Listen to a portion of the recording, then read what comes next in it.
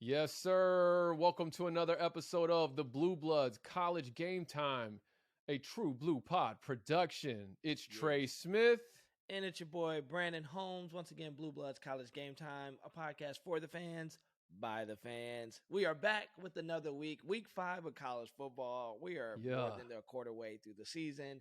This has been the most emotionally driven college football season I have been in a while, man. I feel like every week there's a new high and a new low. I don't know what's going on. Only two things are for certain. I think we'll talk about those later. Is Bama and Georgia are for real. But other than that, man, we're on a roller coaster. Well, we will definitely get to that here in a bit. I'm sitting here actually just, it's so weird because if you're listening, typically we record on Sunday mornings, like early Sunday mornings before church, before all of that. And that's usually why when we're discussing the top 25, it's still from the previous week's top 25. Well, here we are this week, just due to several factors. We're actually recording Sunday afternoon. Yeah. And I'm sitting here. I got an NFL game on my iPad right now. I'm peeking over here at it's Green Bay, Pittsburgh. I need Aaron Rodgers and Devontae Adams to ball out for my fantasy team, Mr. Rogers' neighborhood. And then we got the new top 25 set. I'm just sitting here thinking that, man, what a weekend it's been. Like, getting back to our partnership with Sports Illustrated. Blue Bloods College Game Time is partnered with Fan Nation, which is powered by Sports Illustrated. You probably, if you've been following us on social media, have seen we've been putting different snippets up of our video recaps this weekend. And that's why we're recording so late today on Sunday, because we just finished our last games. Basically, between the two of us, the Blue Bloods team, we hit Arkansas, Texas, A&M, Ole Miss, the Falcons, and then that's college. NFL, we hit the Falcons, the Washington football team, the Dallas Cowboys, and the Houston Texans. So that's 8 teams, 8 sites, 8 Sports Illustrated powered team sites that you and I are doing these weekly recaps for. And so we're just continuing to grind it. We're continuing to, you can even see I got the little got the little Sports Illustrated there in the background. Hopefully it makes it into once we start to splice this all up. Those of you, if you're watching, if you're not, I got a Sports Illustrated football book behind me with a couple college helmets of the teams that I'm privileged to cover right now from a video recap standpoint. But what else we got, B. Holmes? Man, this is actually like a very, well, it's been busy. And it's like, since we started the Sports Illustrated thing, honestly, Trey, it's like since we started the podcast, things have just kind of been like divinely aligning. And I feel like every week we get busier with something with the podcast. It's like, the first week was like, oh, this is fun. Then the next week it was like, literally week 2, Sports Illustrated reaches out to us. And then this past week, man, we had a cool interview. We're going to drop in midweek, I think Wednesday, probably more than likely. This guy, Malcolm Hill. Some of you guys are familiar with Malcolm, those who listen to us. If you're not, man, incredible guy, played Division I football at Rice, has a really awesome story about how that happened and what he's doing now. He's a OC. He's young too. OC at an up-and-coming program in Frisco, Texas. And so really does cool. real estate on the side. Like, he's a hustler, man. And just to give him a teaser, I mean, he gave us some pretty cool insight because he actually played against Johnny Manziel and Dak Prescott in the same season. And just hearing that player's perspective. Like, I thought he had some really cool insight on what it was like playing against those dudes. And I think that's awesome, man, because I think, for one side of the fans, we always look at it and we think we know, but it's different versus somebody that's actually being on the field or playing the game that understands, like, what goes into that, what you're looking for, the IQ it takes. It's like, it's the same thing for me when I watch track and field on TV and I'm like, okay, they're about to run this. I know this is their time based upon their split. And that just gives you a different feel. So, man, I'm excited to release that interview this week. He actually has a really cool story about him and Johnny Manziel. So I think that's going to be great. Outside of that, man, we had a cool moment. So, man, if you guys don't know, Trey handles a lot of the connections and stuff with Blue Bloods and how we got with Sports Illustrated. And part of my role is like marketing. That's what I do in my regular life job. I do marketing, I do branding. And so I had been saying since we started, like, yo, I'm going to get us a TikTok. like, and Yeah. just anybody that's out there, here's some free game. I'm not going to charge you for. If you're not trying to do your stuff through TikTok and YouTube, you're way behind. Instagram is obsolete in about 5 years. So if you have any type of content creation, you should be going to YouTube and TikTok. Free game. Thank me later. I'll collect my 10% once you make it. Just remember me. So I told Trey, I said, hey man, we're gonna do a TikTok. He's like, hey B, marketing's your thing. Go for it. Do it. First day, am I lying? I text you. I go, I post. I wake up the next morning. I go, Trey, we just had 40,000 views on one video, and you're like, oh man, that's amazing. And I remember I'm sitting there, I was like, I don't think he really understands. Like, we just got. I really didn't. I literally looked at my wife. I was like, is this good? Like, I'm totally foreign to the whole TikTok scene. I barely even know Instagram. Like you're the reason we got like up and going on Instagram. Yeah. Like I can do Twitter. I've got my little Facebook for like my family and friends, right. But that's about the extent of it. Like you made that happen. I looked at my wife. I was like, is this good? Or is this like everyone? My thing was, is this something that happens for everyone on TikTok, or is this like actually something big? So anyways, go ahead. And it's, so I'm freaking out all day. And so I can't, because I woke up and my phone was it was going off so much. I had to restart it because it was freezing. And normally I don't leave notifications on, but I really didn't think anything of ours, if I'm being transparent, would click that fast. I'm like, okay, because we had I have a marketing plan for like 2-3 months. So I'm like, okay, 40,000, not bad. I checked maybe like an hour later, we're like 80,000. I'm like, what in the world is happening? And so like throughout the day, we're checking, and every time we're checking, I'm like texting you updates. So I'm like, oh my God, we're at 85.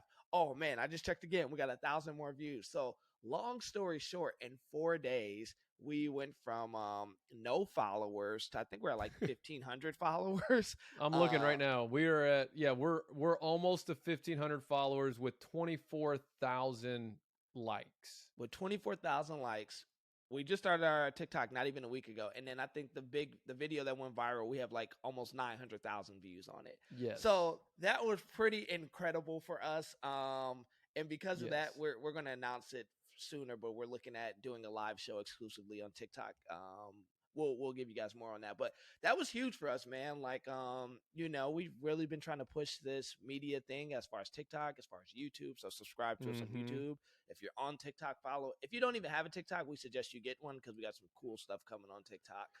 And YouTube is TBP Sports. TBP Sports. That's T as in Trey, B as in Brandon, P as in Pod, T as in True, B as in Blue, B as in Podcast. It's right. TBP Sports because, I mean, right now, Blue Bloods College Game Time is the start of it, but we will continue to get so much more beyond like just college football. We'll get into March Madness. We'll start to dip into like right now with the Sports Illustrated link. I mean, we're starting to get into NFL. Yeah. Just got a text yesterday where we're going to have some opportunity in the NBA season as well. I haven't even talked to you about that yet, B. Holmes, but we're going to have some opportunity there. And so just know TBP Sports, that's where we're about to just start housing everything. Yeah, everything's going to be there, so follow us in there. But, man, that was a pretty exciting week, man. That's a marketing win for us, and excited for all our live stuff there. But so I think that just drove us into, honestly, an exciting weekend, man. College football was I think this was a high it depends on who you're cheering who your team was, right? This was a high-intense weekend for both of our teams. And, the segment we started last week was, if the college football playoff, if you're in a committee today, you had to pick 4 who will be your next 4 and who will be your next 2 in. So man, I think we're just gonna like jump kind of right into that. Let's do it. So for me, man, here's my top 4, and I've been struggling. I had to go to church this morning. Well, I went to church this morning, and it was terrible because I'm like listening to the message, but the whole time I'm thinking about this segment, like, okay, who's gonna be in my top 4? Oh man, and so I'm like, Jesus, please give it to me. So my number 1 obviously is Bama. Bama, as Trey says, you're not beating Bama. Like you're that. Not beating Bama. Hey, we're gonna get some merch with that because everyone texts me that about that. So Bama's my number 1. Georgia, I'm sure you'll touch on them later. Number 2. Oh yeah. And this was tough for me. The next 2 in and then the next 2 out because it was so different last week. Pac-12 let us down. My number 3, honestly, is Iowa. I think they're deserving. They've done what they're supposed to do and handle people well. They're undefeated. Number 4, I just think of the undefeatedness of who they are. Obviously, Penn State. I like that because they round out the top 4. I think that's fair, but that's going to change next week because they go down and they face each other. Number 5, man, is where you start getting tricky. I don't like Cincinnati there. I mean, Notre Dame is who we thought they were at the end of the day.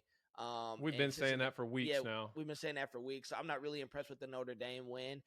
Number 5, actually, man, I just think based upon record, you got to go OU. I don't like them, but they're undefeated. And if we're picking today, we know that's the brand. If they're undefeated, that's who gets picked in. In my 6th pick, man, it's going to shock some people. I don't even like saying it because I've been coasting in this place of like low expectations. Don't get too hyped.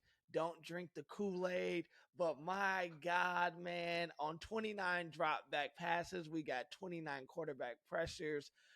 Number 6, man, if I had to do it today, I'm calling for my boys in blue, the Michigan Wolverines. We did what we were supposed to do in Wisconsin. And you know what? Check my Twitter. I was nervous. I'm like, oh, man, we gave up a quick touchdown at the end of the half. But then they just handle business, man. They look good. JJ's getting in the game, playing good. And this is based upon just record. If this was today, they'd be undefeated. They had a very impressive win against Wisconsin. The defense looks great. Aiden Hutchinson is a definitely first team All-American, all-around consensus, and he'll definitely be a top 5 pick barring any injury. And he's looking the part. He's not just a freak. He's looking the part, and he's leading that defense. So, man, if that was my 4 in, 2 out, I mean, and I think it's a pretty big based upon what I know we normally talk about, the 2 best conferences in the country are the SEC and the Big Ten. And I think if that was today, that would be very a fine representation of who I would say will be the top 4 and then the next 2 in. Okay. Here's where I'm at right now. Okay. Next weekend is going to really help me. So that's going to be, what is that? Will be week 6. Week 6. Week 6.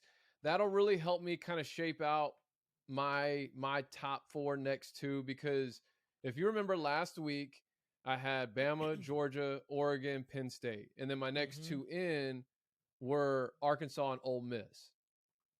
I don't know that I'm comfortable just throwing Arkansas, Ole Miss out of there. Now, I know neither one of them are going to stand a chance to get in, but I'm just saying if we're talking about our CFP plus 2, like who we think the top 6 teams are, because to me, it's 2 different conversations. Who do we actually think will get those spots, or who do we actually think deserves those spots? Okay. Now, I can give you who I think at this point, if the season were to end now, who would get those spots. I could feel like I could do that easy. Right. But who I think deserves those spots, I'm not so sure of, because last week I gave you who I thought deserved to be in those spots. Right. And to me, it's tough to just write off Ole Miss and Arkansas for losing comfortably. And obviously I will address one of those games here in just a second, but losing comfortably. But to me, it's to the 2 teams that, I mean, they're probably I don't think anybody's touching either one of those teams. I agree. And my opinion is the SEC championship, when Bama and Georgia both run the table and get to the SEC championship, that game should be to determine who gets the 1 seed and who gets the 2 seed in the CFP. That's not how it's going to shake out. You and I and the rest of the college football world knows that. But in my opinion, based off the best teams, those 2 teams right there, I see them both running the table. Absolutely. I think Bama beats Georgia in the SEC championship. Georgia certainly has a better front 7.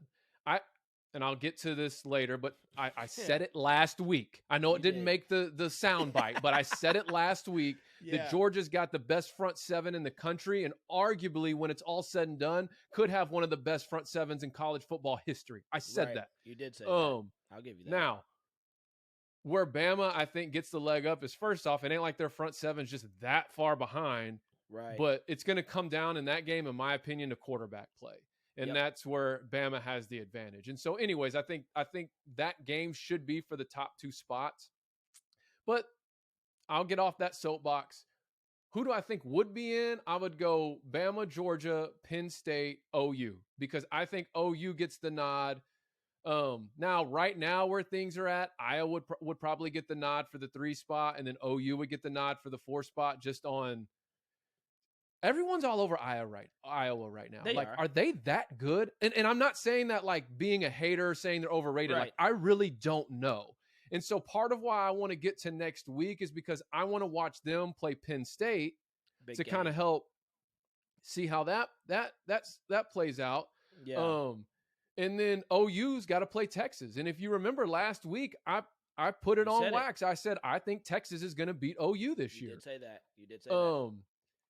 And I think that they got scared against. They had a scare against TCU. I think for 2 reasons. Gary Patterson like coaches the game of his life every year against the Longhorns. Every year. And I think it's the age-old trap game. Like they were probably looking ahead to this upcoming weekend, the Red River Showdown. So I know I haven't really just clearly laid out a top 4 plus 2. I need another week. I feel like I've said my case on what I think should happen and who would be deserving with those top 2 teams and how the SEC championship should determine that. Right. But I would go Penn State and then OU just because. But that's what's tough for me right now is I don't think OU deserves to be there. Me neither. Personally. But if they finish, if they beat Texas and win out, they're going, and it's going to. No doubt. It'll be slaughter. Now my thing with Iowa is this, man, and I'm a Big Ten guy. I watch a lot of Big Ten football. Iowa is. This is what surprised me about Iowa because normally, even when they are undefeated, I'm never high on them. I'm always like, okay, you play in the weakest division of the Big Ten. It's normally like the Notre Dames. You grind it out, and then you'll sneak a 3-point win over here. But they've like aggressively have handled every opponent. The defense is stingy. And that's why this game against Penn State to me is super important because Sean Clifford and James Franklin, they have figured out like this Penn State offense has become high octane. They're capitalizing. Josh Doxson is looking amazing. And I think Iowa, if I'm correct, leads the Big Ten in takeaways. So I think it's going to be a really interesting game on defense versus offense because if Iowa's defense is who I think they are and what they've shown to be in the first few weeks, it's going to be a long night for Penn State. Because then we know what Iowa's going to do. They're going to grind you out. They're going to roll grind you. They're going to run the football. Like that's who they are. They're like, we're going to play tough defense. And then don't sleep on the running back. I forget his name and I'm drawing a blank and I shouldn't. And it's not disrespect. I'm just drawing a blank. It's been a long weekend. But the running back from Iowa is not the typical running back from Iowa. He has speed. He's shifty. Okay. They've got some explosiveness. Yeah, they got some He can make an explosive play happen. And so the quarterback. Yeah. So the quarterback is a typical Iowa quarterback, but it's like they have just enough of the right pieces in the right places where this isn't your typical, hey, we're going to just out athlete Iowa. They have enough sneaky athletes that I believe that will make them competitive. Do I think they can compete with Bama and Georgia? No, I don't think anybody can.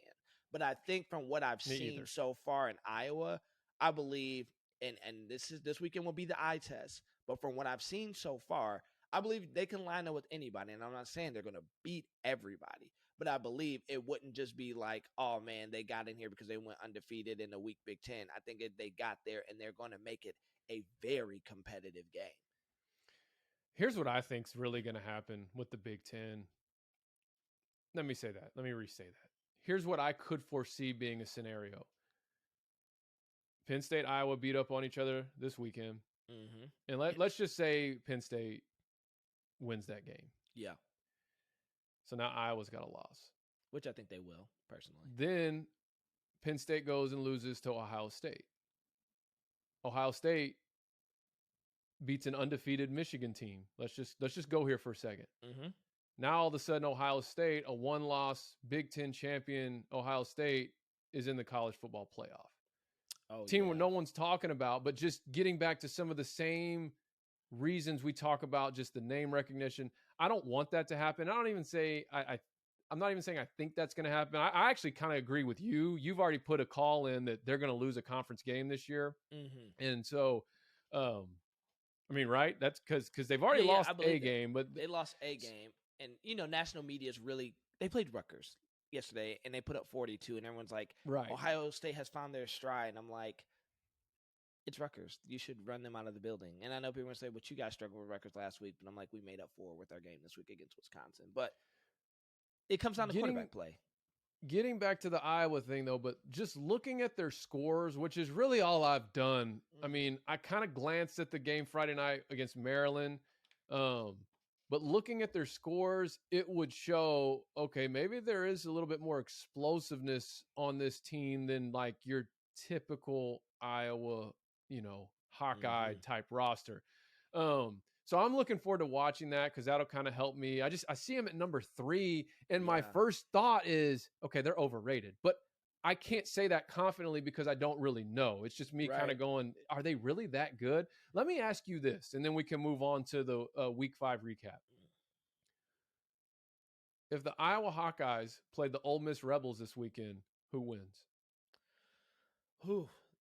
That's tough for me. And I'm just going to go back to this. I love Lane Kiffin, and I'll talk a little bit more about him in my Week 5 recap. I love the offensive genius he is. I think this, though.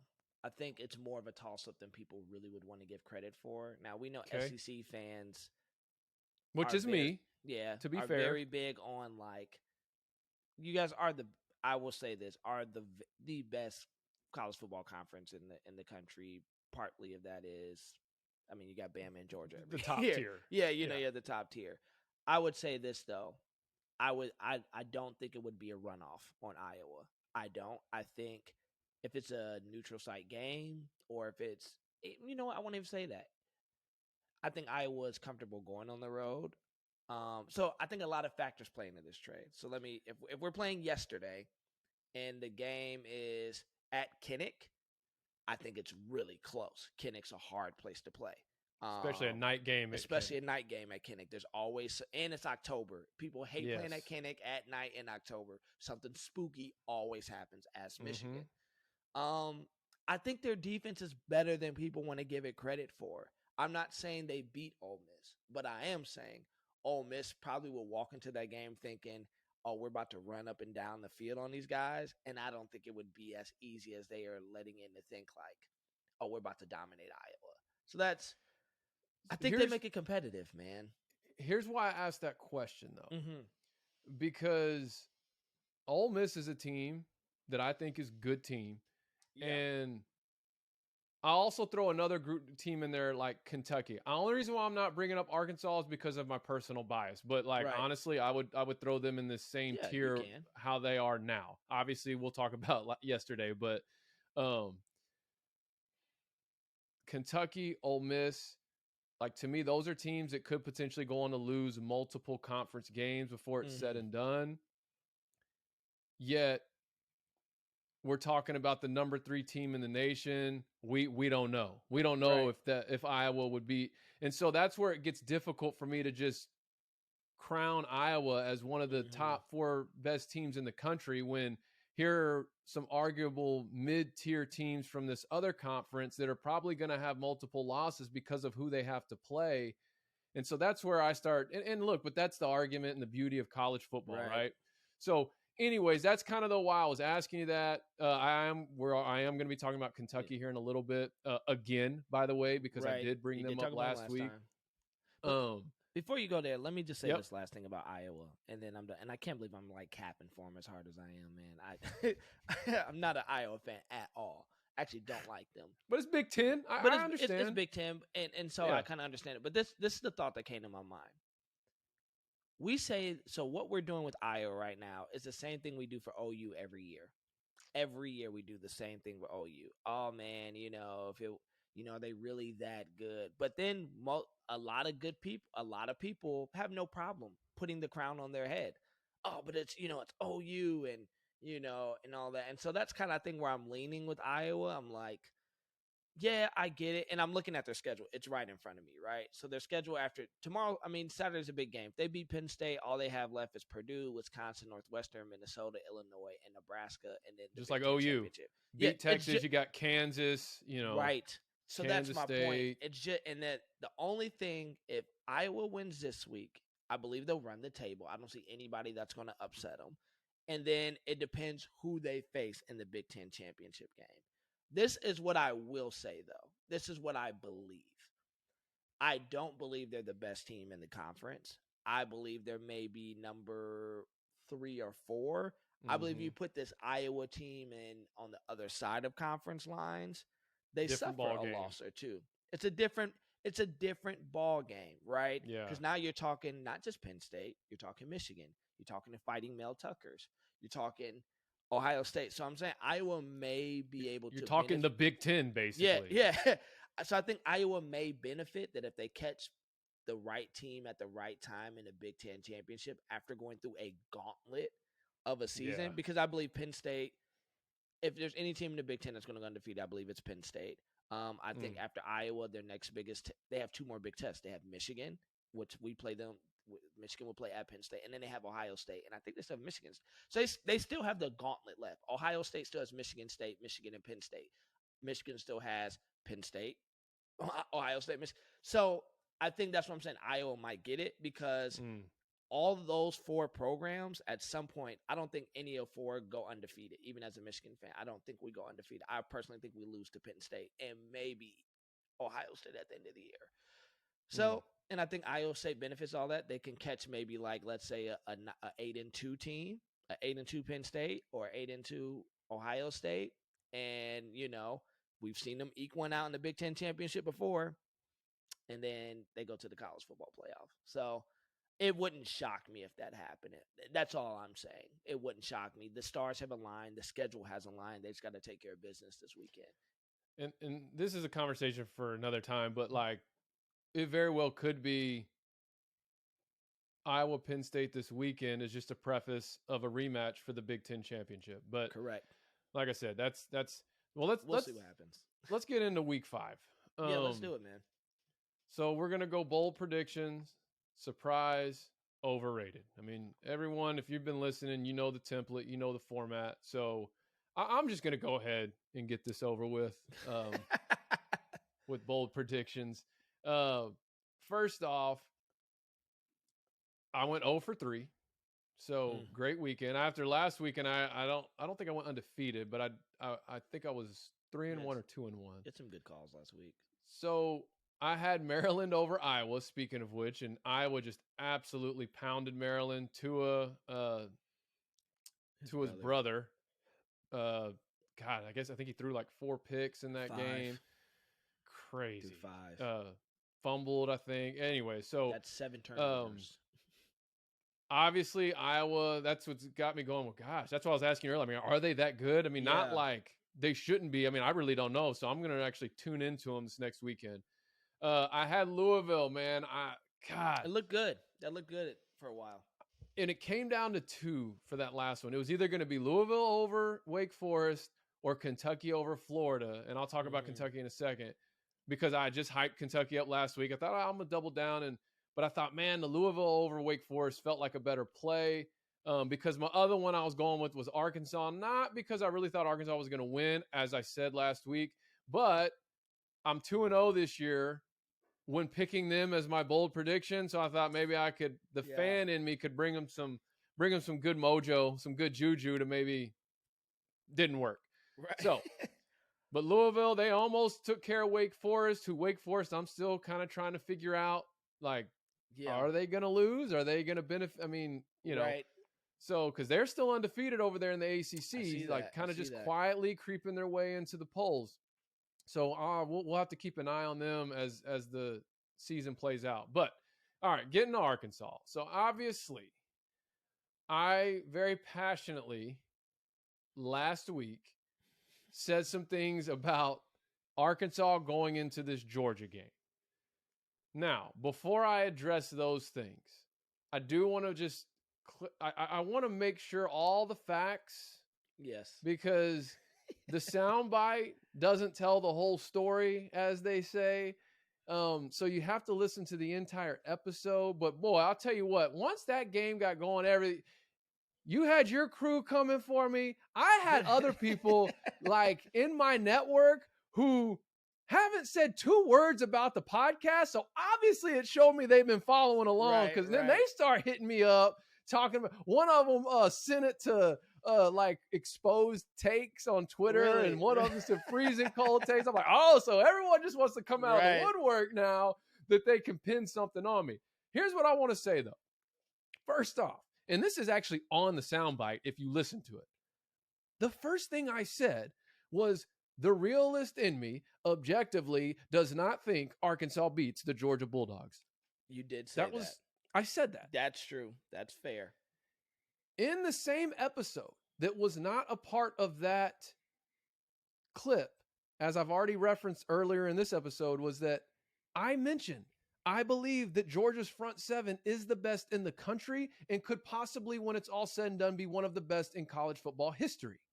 You did say that as well. The final thing here that I feel like is getting lost in all of the, fun and games and shenanigans happening on social media is, I felt like I very clearly said all of those things under the pretense of Georgia not taking the game seriously.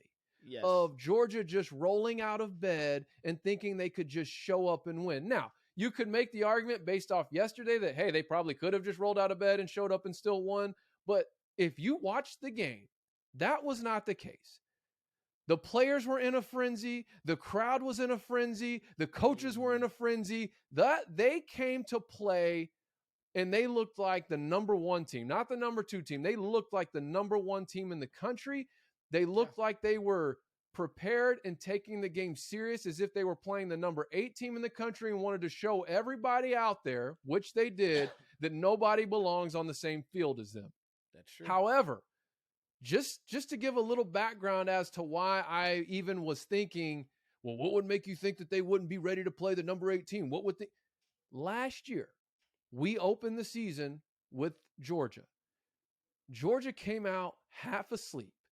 Arkansas, coming off of back-to-back 2-10 seasons, in their first game with Sam Pittman as the head coach, who didn't even have a spring because of COVID, was leading Georgia for 2.5 quarters. And really it wasn't until deep in the third quarter when Georgia finally got the lead, and then the floodgates opened and they ended up winning comfortably in a blowout. But so my thought was, this Arkansas team is much better and much improved from last year.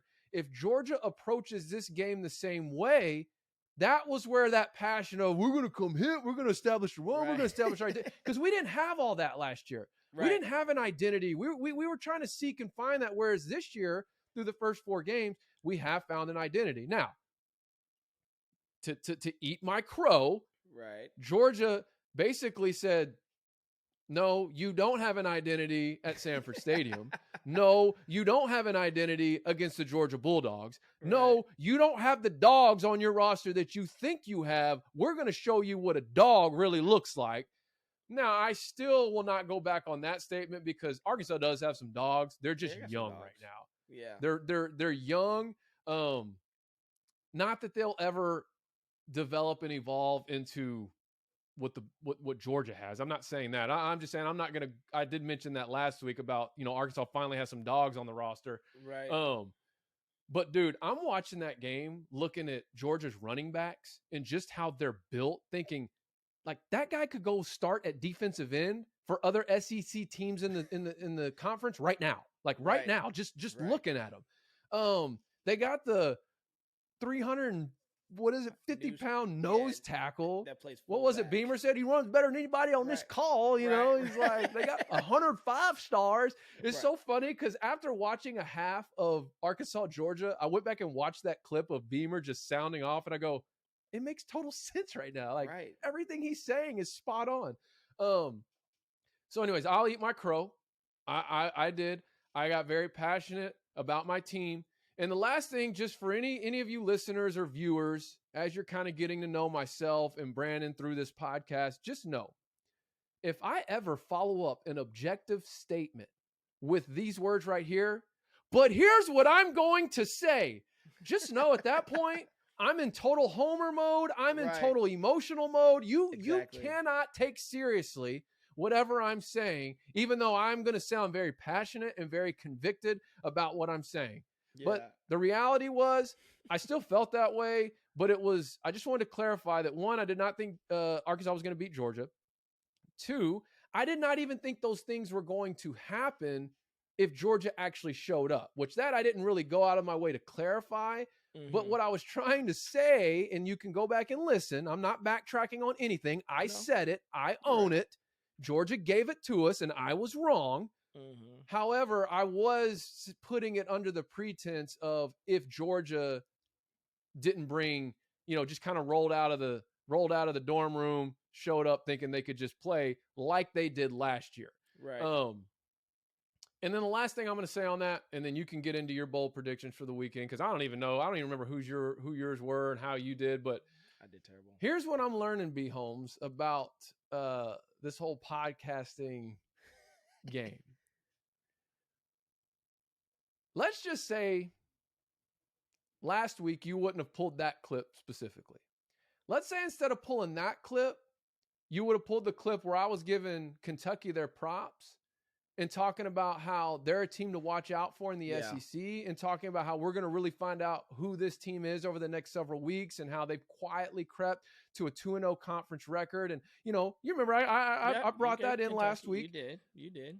If you would have pulled that clip and posted that and put it on everything, and then Kentucky follows it up by upsetting the number 10 ranked Florida Gators, it would have been radio silence. Oh, yeah, we would have got no retweets, no posts. Nothing. But because you got me on wax going, but here's what we're going to do. It was a good take. I ain't even mad at it, bro. Hey, they're making remix videos of me. I got a couple followers out of it. I was like, hey, it's all fair game for me. It's all influence right now.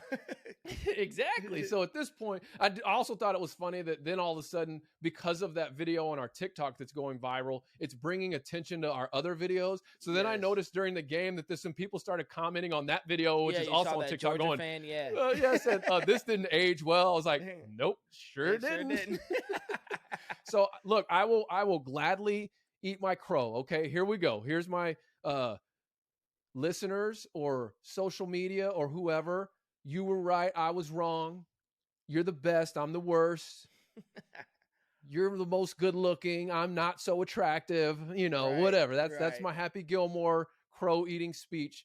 I gave it to Iowa State earlier this year, even though I don't feel like I should have had to. But I did because they got game day. And so there it is for the Arkansas, Georgia. I'm going to close the book on that.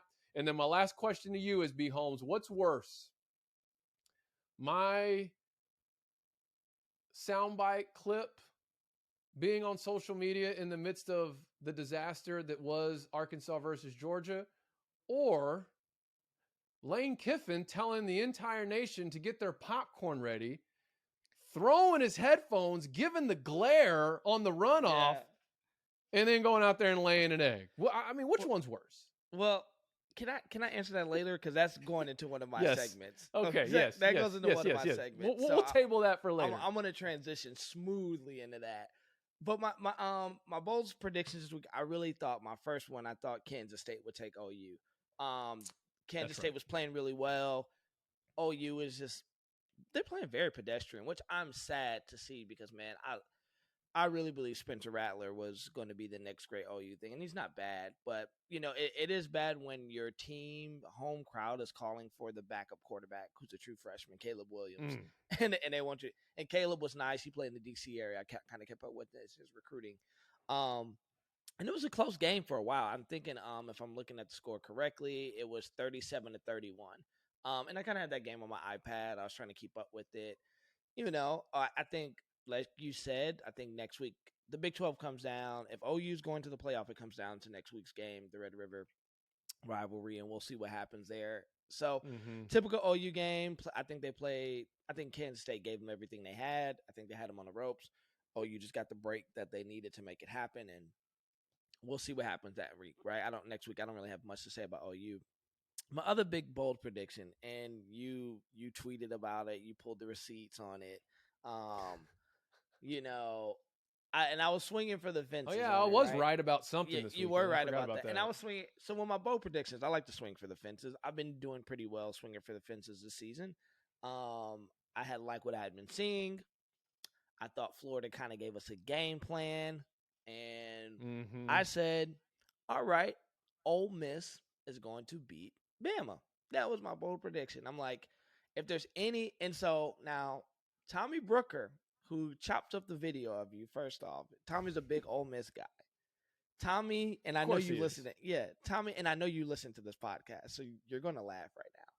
Trey, not to tell you, Tommy's sending me all these stats about how great Ole Miss is running the football. That's making me feel way more confident about my pick. Like, he's sending me all these stats, like, because I'm texting like, "Hey man, just so you know, my bold prediction this week, I'm gonna predict Ole Miss over Bama." And he's like, "It's gonna be tough, but if anyone can do it," I mean, he's sending me stats from like the last 3 years, like since Lane has been in, how well they're running the football, and I'm feeling really confident going in the side. I'm feeling really confident, bro. Like, because Tommy is making me like feeling like a genius with this pick. I'm already feeling good about Lane, but then like the data is backing me up. I'm like, I'm a genius, man. We're putting this the on analytics, wax. man. The analytics got me feeling good. So I'm watching the game, and the first drive, I'm like, great pick, Brandon. Here we go. And Lane goes for it on 4th down, which I get it. I mean, how they were driving, how they were moving. I understood the call. You got to go for the goal when you're playing Bama. Like, hit them in the mouth while you can. They miss. Bama comes down and scores. I'm like, okay. Now, this is what I didn't know, because I would have never picked Bama if I would have knew this. I mean, I would pick Ole Miss. They run like a 2-3-6. And I was just like, who runs a 2-3-6 going against Bama? They're going to run the football down your throat. I didn't know that. So that's my bad as a podcast host for not doing my research, right? And they just got handed. Like, it was bad. Now, Lane's an excuse for going for multiple 4th downs. I don't. It was bad. It was bad. Like, it was really, really bad. And here's the irony, is that Bama had their best 4th down efficiency of the season against Ole Miss. Exactly. Which, just the irony of that, like, that's such a Saban thing. Oh, okay, I'm going to come out here and basically do what you do to everyone else and show you that you can't do it to me, but that, like, I can do that to you. I'll just say, just for anyone that may not have seen that, you can go to my Twitter at It's Trey Smith. The text receipt he's referring to was at about, I think, 7:53 on Saturday morning. Yeah, and yes, we start talking about this stuff like first thing. I mean, it's nonstop. During the week. But I said, because it's not just you, Brandon, it's not even just Ole Miss fans. Like, a lot of people were like thinking Ole Miss is about to do this, and a big part of it was because of how well they played them last year. And I was just like, I said, Ole Miss ain't beating Bama. Everybody's so high on Lane Kiffin and the Rebs. I said, I got Saban by 21. You did. And so at least I had one thing I could hang my hat on and feel good about. And I think somebody said it. I was reading on The Athletic this morning, and I forget her name. Man, I feel so bad. I like to give people their credit. But she was like, I think we all fall into that trap where we see their quote unquote, there's a chink in Bama's armor, and we instantly get on because they're so good and they've been so good for so long. You're like, there it is. There's the hole in the game. It's over. And Nick Saban quickly figures it out and reminds us why he's Nick Saban, which transfers to me into my biggest surprise. Now I'm pumped for this game. I got my burgers ready. I've seasoned them. Every Saturday I have burgers, guys. It's like my college football thing. I seasoned them, Trey. I've marinated them. They're ready to go. I put them in the skillet. I put the fresh, organic, sharp cheddar on top. Got the onions, the tomatoes, the brioche bun, garlic aioli mustard. Got my chips. I'm ready. Hey, I'm ready to go. Michigan just won. I'm riding high. I'm like, oh, here we go. And your boy Lane Kiffin gets on.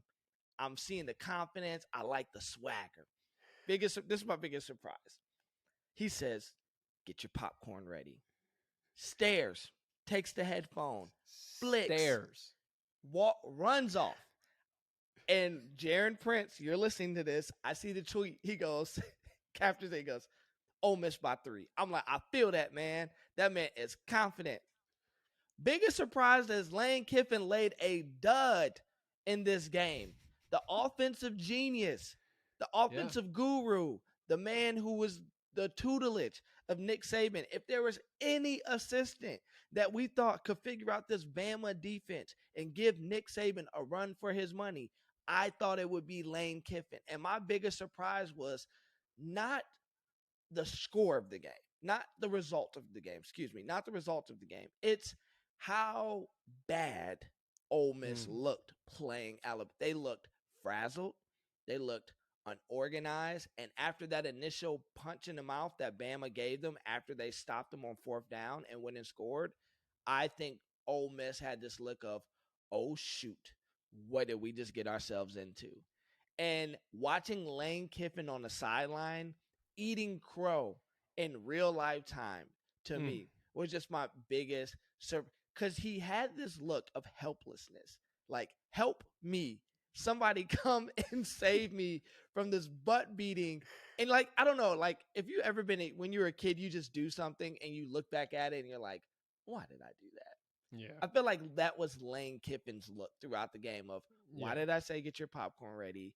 How much of a D-bag do I look like tossing the headphones? And I mean, that was my biggest disappointment because I was so high. I'm not, now the bold prediction was they're going to beat Bama. In my heart of heart, I believe Bama's going to win. But I'm thinking maybe Lane and Ole Miss take them to the wire. Maybe they take them to where it's like 6 minutes left in the fourth quarter. Bama does Bama's things, and then they win. And I'm just disappointed, man. I don't even know what else to think. And, you know, you said earlier maybe they're a middle-tier SEC team. They're going to win some games. I think we're really about to see, does Lane Kiffin really have the coaching chops to get his team from coming outside of their shell now, because you just got whooped on national TV. And let's see how they respond. And I don't know how I feel about that.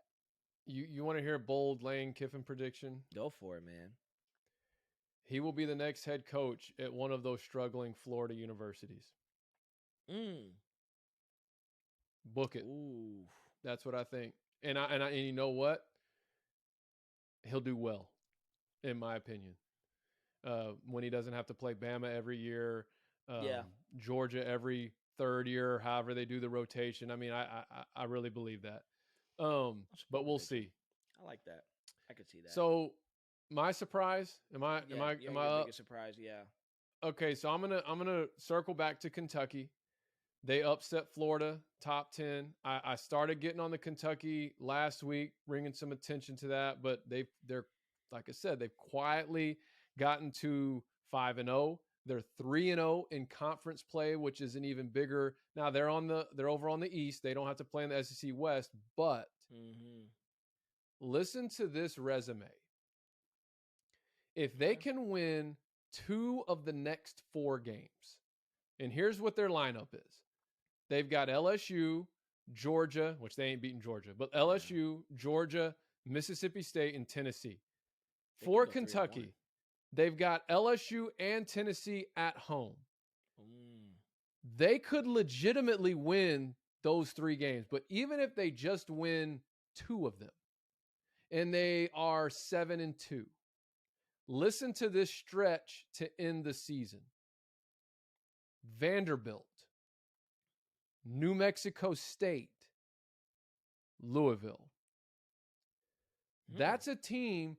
Kentucky has a legitimate path to being 11-1 or 10-2 and being 6-2, or depending on that LSU, Mississippi State, Tennessee. I mean, it's not unrealistic to think they could end up being, what would it be, 7-1 in conference play?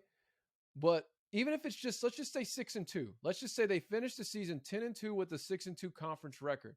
Is that not a New Year's 6 bowl resume? Yeah, I believe so. I mean, find me a time when an SEC team won 10 games and 6 conference games and was not in a New Year's 6 bowl. There's been times where teams haven't even had that great of one and still had a New Year's 6 bowl. This Kentucky team really kind of reminds me right now, not how they play and how they're built, but kind of what they're doing reminds me a little bit of the Petrino era Razorbacks, where Next thing you know, you looked up and Arkansas was in the Sugar Bowl. Everybody's like, whoa. Yeah. When like, that happened. Where'd that come from? And then the next year they were in the Cotton Bowl, finishing the season top 5. And so with Kentucky, I'm just going to say they were my surprise, but don't be shocked if we look up in a few weeks and they're 7-2 with 3 very winnable games on the docket and having that potential to win 10 games in season. To me, I think a 10-2, 6-2 SEC conference record warrants a New Year's Six bowl berth. I also think that Arkansas Ole Miss this upcoming weekend, who I'm not ready to throw in the towel on either one of those teams because they got whooped by the top 2 teams in the country. True. I think that game could potentially have implications on a New Year's Six bowl bid. Mm-hmm. I would give Ole Miss the advantage from the standpoint that they don't have to play Georgia and Bama this year, whereas Arkansas still has to play Bama. And we all know no one's beating Bama. So, but even as I look at that, I'm too in the clouds because I can't separate my fandom right now. Like after yesterday, I really want to see us play a team that's not Georgia. Because I look at the schedule right now and I can convince myself we could win 9 games in season. And then I look again and I go, are we going to be bowl eligible? So we will be. But I think that this Ole Miss game against Arkansas Ole Miss, because then Ole Miss could very well get on a roll. And then Bama's out of the way.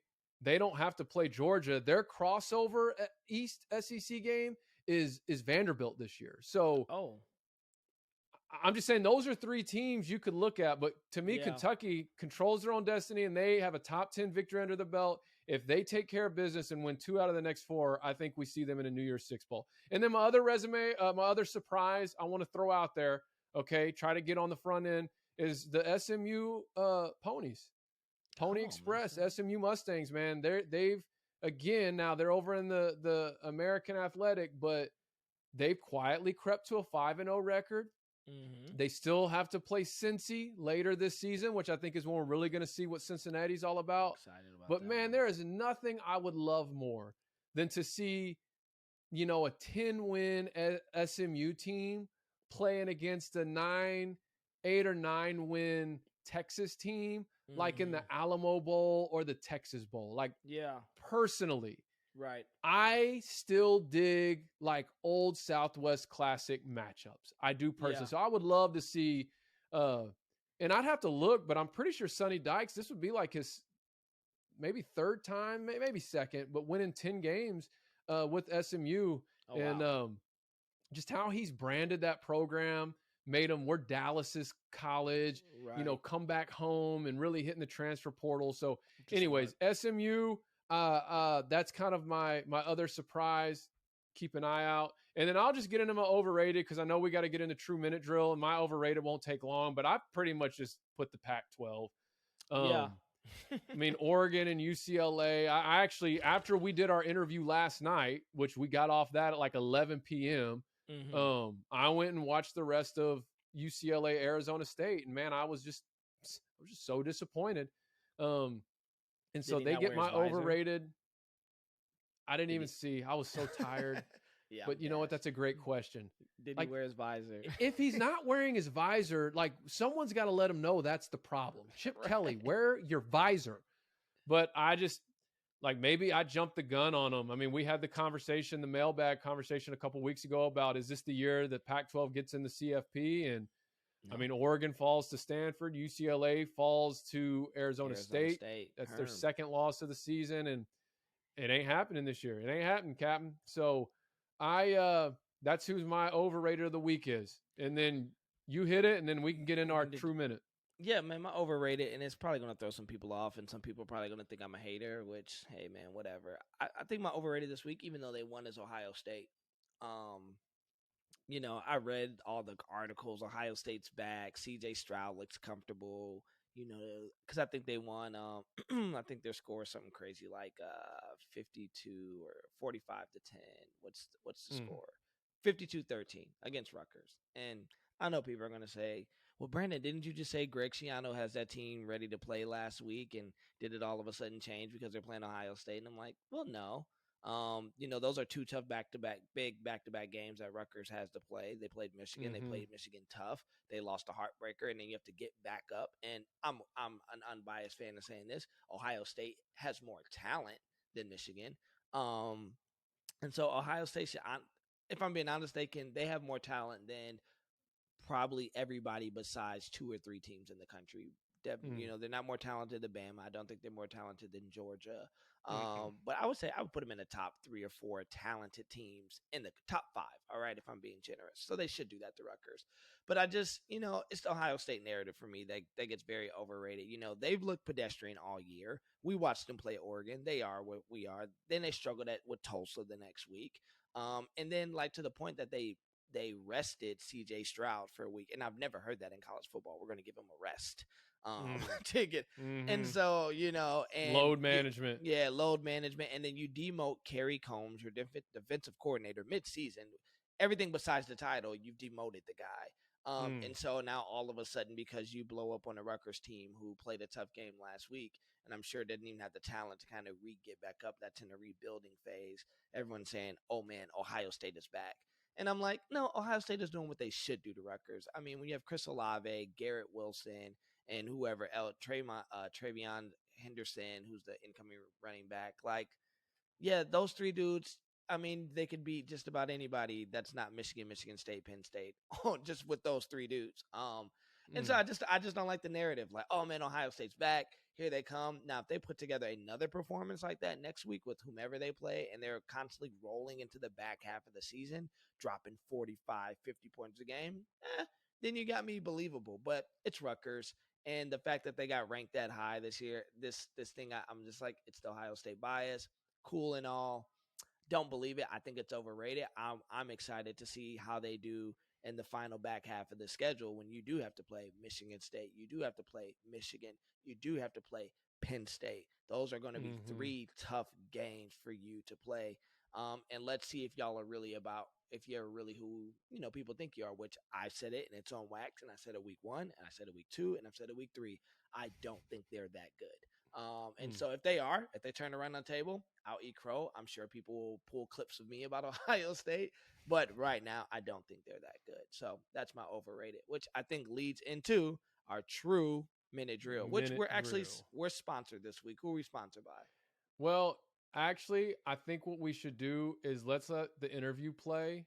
Okay, and we'll sponsor. And then sponsor the follow up. Like, let's let everybody hear the interview and kind of like build that connection. I got you. Through hearing that, because I think that's important because man, he had some gold. But yeah, he did. We'll do our midweek. We'll drop our midweek special interview this week, and then next Sunday or next week's actual True Blue podcast. I'm sorry, Blue Bloods College Game Time podcast. We will give his sponsorship information for the True Minute Drill. So absolutely. But this week, since we're segueing it, man, our True Minute Drill has been, man, we're a little tired. It's been a long week. But True Minute Drill, man, this week we're going to talk about our good old boy Urban Meyer. I don't know if some of you guys have known. I do not like Urban Meyer. I'm sorry. It's not even personal. Like, I will sit down and have lunch with the guy because I think he's a coaching genius, and I don't think you're that good at coaching and not good at leadership and amongst other things. I just don't like him due to our football biases, him going to Ohio State and me being a Michigan fan. But this viral, I texted you yesterday. I said, yo, are you on Twitter? Have you seen this video going by? And at first, I didn't believe it, Trey. I didn't want to believe it. I didn't want to. I was like, I don't want to believe that Urban is down this bad. Like, that Jacksonville has my man down this bad. But this viral, you can look it up. There's this video of Urban at a bar, just getting grinded on by some chick, and all these women are taking photos of him. Like, look who he's flirting with, and he just looks down bad, man. Like, he looks sad. He looks things. So just kind of that's a 2 minute drill. Is what he looked. Well, he looked lit to cover up his sadness. Yes. And so that's just our 2 minute drill this week, kind of talking about the state of Urban Meyer and what is going on. So if you want me to start first, I can go ahead and take it. Okay. You ready? I'm ready. We may as well just get into it. Let's get into it. Here we go.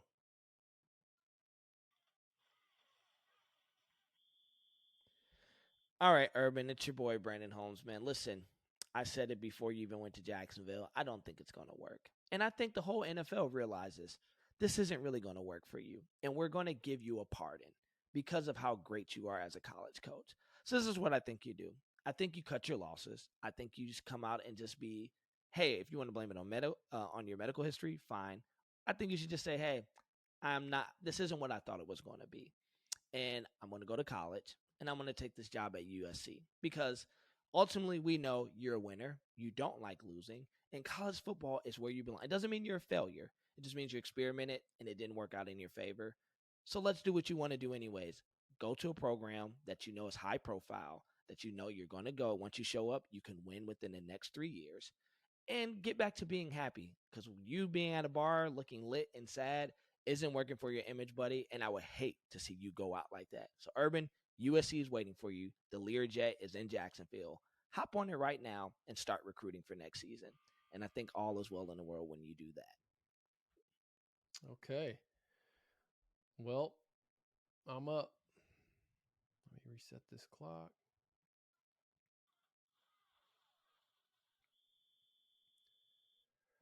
All right.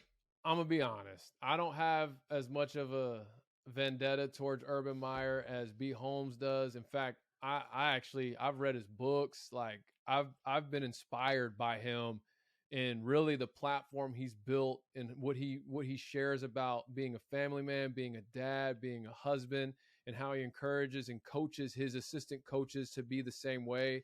So like I was bothered by that, not like in a judgmental way, but more so like obviously every man has their weaknesses.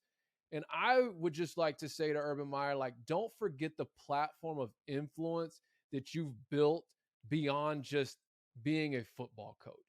Don't forget the platform of influence you've built as a family man, that you've built as a father, that you've built as a husband. And so, look, I'm not going to sit here and judge another man or watch what another man does. I would just encourage you, coach, not to forget those things no matter how bad it gets in Jacksonville. That's it. Absolutely. Hey, I want to clear. I don't have a vendetta against Urban Meyer. I just want to clear that. Like, my girlfriend's very particular. I love you, Jess. She's very particular about her words, which has made me very particular. I'm like, oh, no. I don't have a vendetta. All right. I like choice of words. I like Urban. I don't like him as the Ohio State football coach. I like Urban Meyer as the coach, though. I think he's a genius.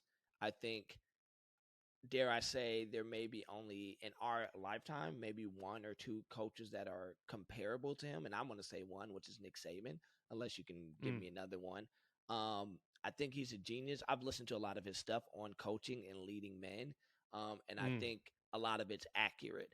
And I don't think you become that good without being a master at your craft, but not just valuing that, but valuing other things in life. And I said this a long time ago on one of our first podcasts about Urban, when we talked about him potentially going to Texas. Remember when I said I think that was going to happen, Texas or USC? Mm-hmm. And I've always said this, and I said I think Urban is not a coaching problem for him. It's finding the balance so he can find true joy and happiness in his life. And I think that's kind of been his Achilles heel. And not to get into a deep rant about it, but it's the one thing we've learned. Promotions, jobs, you'll never find your full satisfaction in that. And whatever that being, me being a Christian man, is I find my place and my value in Christ. Whatever you believe, whoever you believe in, or whatever that is, and what you believe in, that you have to kind of find that for yourself. But I've always thought that's kind of like Urban's thing. It's like there's been so much emphasis on Urban Meyer, the coach. That's why he has the health problems. You haven't found the balance to find who you are outside of that. And I think that's what we saw the other day of this viral video is, man, you're not winning. You're not being who Urban Meyer is supposed to be. So who am I outside of that? And that's my biggest hope for him. Because as a man, like you said, I can't judge him. I won't ever judge him. But as a man that's found the success he's found, I'm always one to see those guys finish strong. I would never want to see them come down. And that's my thing. It's like, let's get out of a situation that doesn't make you happy. Let's find a situation that makes you happy and that realigns you back to what your values are. We all slip. We all have moments. But let's get in a position where you're back to what you value. And I hope in my prayer is that he finds the balance that I believe is truly needed because he's a phenomenal coach. And I would never want anything to take away from the impact he's made, not only in the game of football, but as you know, both of us being athletes, coaches, some of the stuff that you leave in these players' lives and how they look at you, not just as a coach, but sometimes as a father figure, a friend, or as a man or a mentor that they look up to. And I would never want that image to be tainted because of whatever's going on. So just want to make that clear. I don't have a vendetta against Urban. I love no Urban. vendetta, Coach Urban Meyer. It's more of a grudge towards Ohio State that you just happened to be the head coach of and had a lot of success. And you whooped our behinds. But if you ever invited me to dinner or lunch, Urban, I am there with a notepad ready to listen because obviously you have something of value to offer me, man. So week 5, we're down. We're done. It's been a long week. But before we go, I got to plug it. Make sure you guys follow us on our YouTube, TBP Sports. Man, we want to see you guys there. We drop content every day. Every day. Instagram, it's Blue Blood CGT. We want you there. And then some of you new guys, man. Hey, don't age yourself out. Jump on the TikTok game. We got some really cool stuff coming on TikTok. I think within the next month or so, we're kind of working out the logistics. But I think it's going to be a really big deal because no one's really doing what we're getting ready to potentially do on TikTok. So, man, just support us on all platforms. Leave the comments. We're thankful for it. And we love the Twitter banter. So we love you guys. Follow me on Twitter at Real B Holmes. And Trey, what's yours? What's your Twitter at again? It's Trey Smith. Awesome, guys. Well, hey, we love you. Enjoy your week. Soak your losses. Enjoy your wins. And we'll be back with you guys next Sunday. Take care. Peace.